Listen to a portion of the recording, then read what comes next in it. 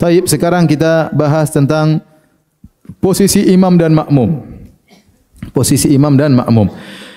Imam kalau berdua ya adalah laki-laki, imamnya, makmumnya laki satu, maka sejajar ya. Bukan mundur ke belakang, tapi apa? Sejajar. Dalilnya banyak, di antaranya Nabi ada seorang sahabat jadi makmum di sebelah kiri Nabi, maka Nabi putar dia suruh ke sebelah kanan. Ya memang sebagian ulama Syafi'iyah mengatakan hendaknya mundur sedikit, tapi kita mengatakan zahir hadis menunjukkan sejajar dengan apa?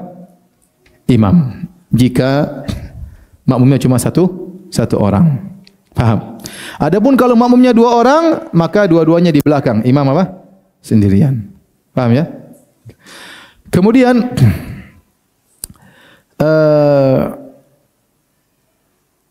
bagaimana dengan saf anak-anak? Saf anak-anak datang dalam hadis dalam Sahih Bukhari, waktu Nabi SAW mengunjungi rumahnya Anas bin Malik, maka Nabi jadi imam, maka Anas jadi makmum bersama seorang anak yatim di samping Anas.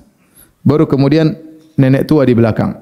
Kata para ulama yang dalil bahwasanya anak-anak yatim itu belum balik. Karena meskipun belum balik, dia boleh gabung dengan saf orang dewasa.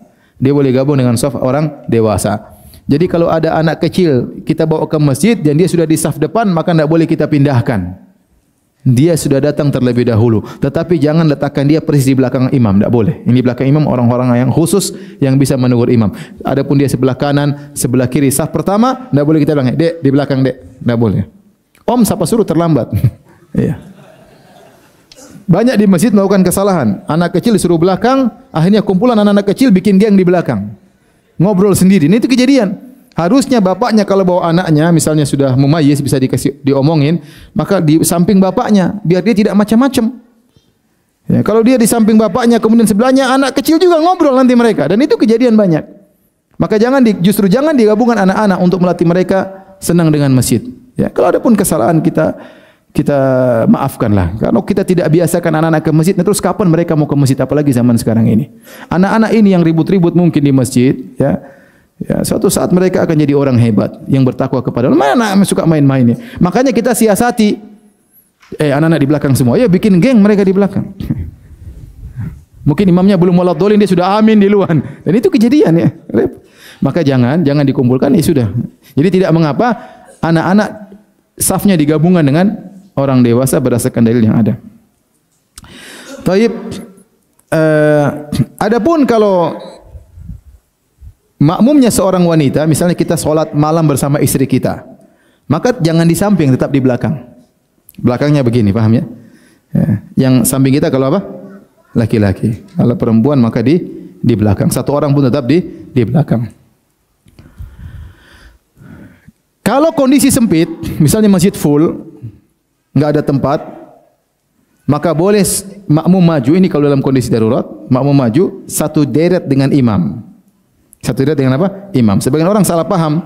Mereka menyangka kalau masjid full, maka imam sebelah kiri, makmum sebelah kanan semua. Ini salah. Enggak, imam tetap di tengah meskipun laki-laki.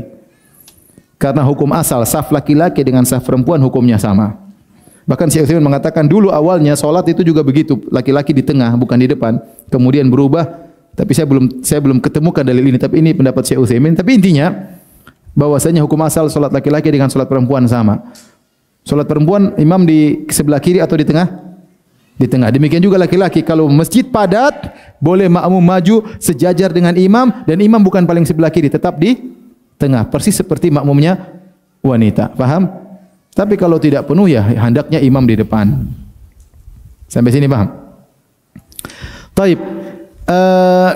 Bagaimana tentang hukum jamaah wanita yang safnya berdampingan dengan lelaki? Bukan di belakang tapi berdampingan. Ini banyak terjadi di masjid ya. Ya, sebagian kita masuk masjid, jamaahnya bukan belakang tapi sampingan, laki sebelah kanan, perempuan sebelah kiri. Bagaimana hukumnya? Kita katakan ini menyelisih sunnah. Harusnya perempuan di bagian belakang, tapi kalau terjadi jamaah seperti ini tetap solatnya apa? Sah. Tetap solatnya apa? Sah. Paham?